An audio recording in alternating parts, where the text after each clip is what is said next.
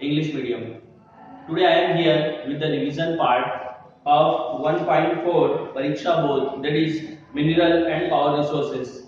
Today we are going to discuss about short answers. So let's start. Short answers number 1.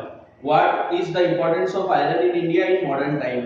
देखिए यहाँ पर कहा गया है कि मॉडर्न टाइम में आयरन का क्या इंपॉर्टेंस है इंडिया में. दूसरा, इसको इस तरीके से भी पूछा जा सकता है, iron is mother of development explain. तो अभी हमें सेम आंसर लिखना है. इसको इस तरीके से भी पूछा जा सकता है, how does iron bring revolutionary change in the life of human being. Human being की लाइफ के अंदर आयरन क्या रिवोल्यूशनरी चेंज लेके आया है, इसे हमें एग्जांपल से एक्सप्लेन करना है. Explain with example. तो इस तरीके से 3 फॉर्मेट के अंदर ये आंसर पूछा जा सकता है ना. मतलब अगर ये क्वेश्चंस आते हैं आपको तो इसके लिए आंसर सेम रहेगा. अब देखिए आंसर क्या है. Iron is backbone of industrialization. Iron industrialization की बैकबोन है, रीढ़ की हड्डी है. देखिए इंडस्ट्रियलाइजेशन पॉसिबल ही नहीं है जब तक कि आयरन नहीं हो, है ना. हम देखते हैं कि एक नेल से लगाकर, एक कील से लगाकर बड़ी बड़ी जो मशीनरीज होती है वो सब आयरन से बनती है. The development of the nation depend on agriculture and industrial development. अब देखिए किसी भी देश की जो तरक्की है वो वहां के एग्रीकल्चर और इंडस्ट्रियल डेवलपमेंट के ऊपर निर्भर करती है. Agro based industry as well as mineral based industries can not run without machine. देखिए एग्रो बेस्ड इंडस्ट्री या मिनरल बेस्ड इंडस्ट्री दोनों ही मशीन के बगैर रन नहीं हो सकती. All heavy and small machines are made of iron. जो भी छोटी मोटी मशीन से या बड़ी मशीन से वो सभी आयरन की बनी हुई होती है. तो इसलिए हम ये कह सकते हैं कि डेवलपमेंट, किसी भी देश की जो डेवलपमेंट है वो इनडायरेक्टली आयरन ओर के ऊपर डिपेंड करती है ना. हम साइंस और टेक्नोलॉजी की प्रोग्रेस के बारे में सोच ही नहीं सकते हैं without iron, without the use of iron. Iron के बगैर इस्तेमाल के हम सोच भी नहीं सकते कि किस तरीके से साइंस और टेक्नोलॉजी में डेवलपमेंट होगी. Iron is also used in transportation and communication. देखिए आयरन का इस्तेमाल ट्रांसपोर्टेशन एंड कम्युनिकेशन पर्पसेस के लिए भी किया जाता है. जैसे रेलवे कोचेस वगैरह बनाना है, रेलवे लाइंस बनाना है, तो इसमें भी आयरन का इस्तेमाल किया जा सकता है, किया जाता है. Any nation can be develop when it's was network of transportation. अब देखिए कोई भी देश जब भी डेवलप्ड माना जाता है जब वहां पर ट्रांसपोर्टेशन का नेटवर्क वेल डेवलप्ड हो या कम्युनिकेशन का नेटवर्क वेल डेवलप्ड हो. ओके. तो इसके अलावा देखिए जो आयरन ओर है उसको हम एक्सपोर्ट करते हैं तो हमें फॉरेन एक्सचेंज भी मिलता है. ओके. तो इसलिए हम इन सारे कारणों से हम इसको मदर ऑफ डेवलपमेंट कहते हैं. So it is called as the mother of development. Thus iron has brought revolutionary change in the form of man. अब देखिए इस तरीके से आयरन एक revolutionary change लाया है मैन की लाइफ में. Iron is used in place of other metal because it is most strong. Iron का इस्तेमाल हम दूसरे मेटल्स की जगह पर भी कर सकते हैं क्योंकि ये ज्यादा स्ट्रॉन्ग रहता है दूसरे किसी मेटल से. यदि हम एग्रीकल्चर फील्ड की बात करें या ट्रांसपोर्टेशन की बात करें तो यहाँ पर आयरन ने बहुत ज्यादा कंट्रीब्यूट किया है. ओके. और इंडस्ट्रीज की फील्ड के अंदर तो आयरन एक रिवोल्यूशनरी चेंजेसमेंट लेके आया है. ओके. क्योंकि पूरी जो इंडस्ट्रियल डेवलपमेंट है वो आयरन के ऊपर डिपेंड करती है. So we can say that iron has brought a revolution in the lives of man. तो इस तरीके से हम कह सकते हैं कि आयरन मैन की लाइफ के अंदर एक रिवोल्यूशन लेके आया है. तो मैंने आपको क्वेश्चन बता दिए तीनों तरीके से. यदि क्वेश्चन पूछे जाए तो आपको उसका आंसर सेम लिखना है. Now question second, Madhya Pradesh is known as the basket of minerals. Justified this statement. Madhya Pradesh को बास्केट ऑफ मिनरल्स कहा जाता है. क्यों? देखिए मध्य प्रदेश को माना जाता है कि ये मिनरल वेल्थ के अंदर रिच है. ओके. देखिए मध्य प्रदेश में बहुत से ऐसे एरियाज हैं जहां पर ना सिर्फ मैग्नीज बल्कि बॉक्साइट या कोल वगैरह भी निकलता है. ओके. इसके अलावा यदि मैं डायमंड की बात करूं तो भारत के अंदर मध्य प्रदेश फर्स्ट नंबर पे है डायमंड के मामले में, है ना. यदि हम बात करें डायमंड की तो डायमंड कहां से निकलता है? पन्ना से निकलता है. और पन्ना कहां है? मध्य प्रदेश में है. Nearly 21 mineral are produce in the state. 21 mineral हमारे मध्य प्रदेश में प्रोड्यूस किए जाते हैं. The state at first place in the diamond.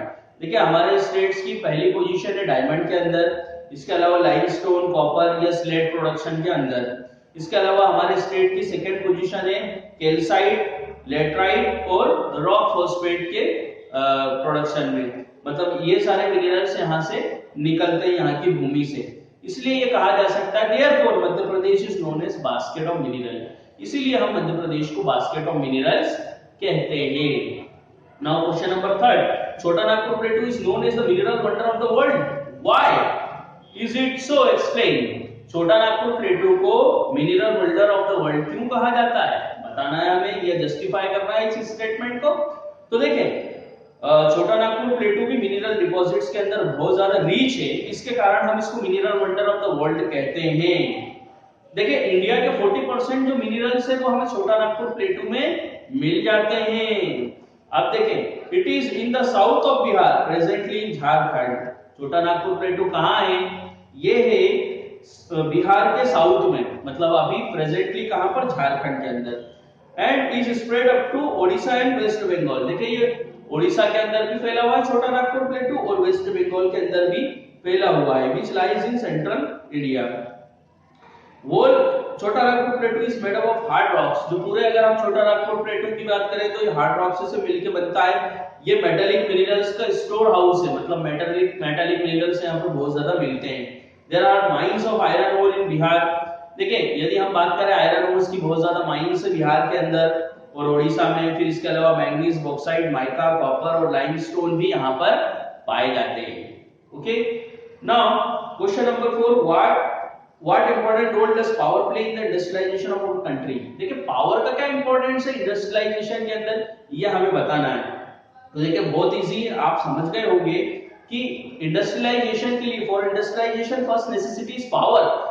Industry को चलाने के लिए पहली जरूरत पावर की होती है। जैसे आप अपने घर में भी कोई सा इलेक्ट्रिकल गैजेट लेके आते हैं, जैसे रेफ्रिजरेटर है, कूलर है, फ्रिज है, तो उसे किस चीज की जरूरत लगती है, फर्स्टली पावर की जरूरत लगती है। यदि आप कोई सा इलेक्ट्रिकल गैजेट लेके आए, हीटर वगैरह या गीजर वगैरह लेके आए और आपके पास पावर नहीं है, आपके पास में इलेक्ट्रिसिटी नहीं है, तो उसका कोई यूज नहीं रह जाता, वो खाली एक डब्बे के समान रह जाता है। तो देखिए, इंडस्ट्रियलाइजेशन के अंदर भी पावर का बहुत ज्यादा इंपॉर्टेंस है। जो इंडस्ट्रीज के अंदर सारी मशीनें चलती है वो पावर से ही चलती है। ओके, यदि मैं मेन सोर्सेज ऑफ पावर की बात करूंगा, पावर का मतलब केवल इलेक्ट्रिसिटी नहीं होता है, दूसरे सोर्सेज से भी हमें पावर मिलता है। जैसे कि हम हमारी जो गाड़ी चलाते हैं उसको पावर मिलता है पेट्रोल से, डीजल से, है ना, या गैस से।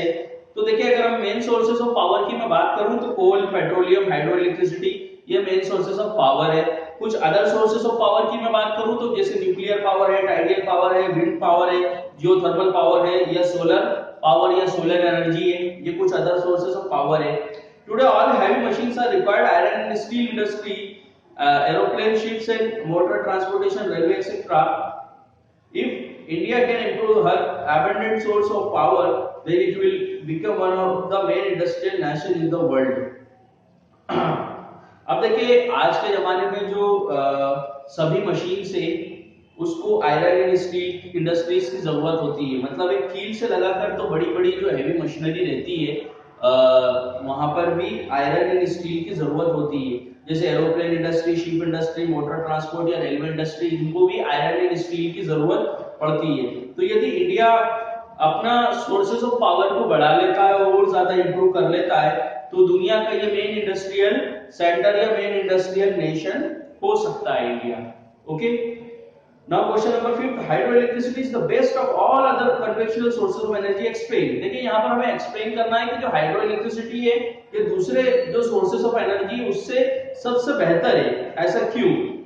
इसको इस तरीके से भी पूछा जा सकता है कि how is hydro electricity more important than any other power resources. Hydro electricity ज्यादा पावरफुल क्यों है दूसरे पावर रिसोर्सेज से। तो देखिए, इसका आंसर ये है कि वाटर एक रिन्यूएबल सोर्सेस है ना, इसलिए जो हाइड्रो पावर है, therefore hydro power is more important than other power resources. इसलिए जो हाइड्रो पावर है उसको हम दूसरे पावर रिसोर्सेज से ज्यादा इंपॉर्टेंस देते हैं। अब देखिए, हाइड्रो पावर को हम दूसरे पावर रिसोर्सेज से ज्यादा इंपॉर्टेंस को देते हैं, यहाँ पर पॉइंट में बताया गया है। पहला, वाटर एक रिन्यूएबल सोर्सेज ऑफ एनर्जी है। दूसरा, ये इनएग्जॉस्टिबल है, कभी खत्म नहीं होता है, सोलर एनर्जी की तरह। तीसरी चीज ये है कि ये पॉल्यूशन फ्री है।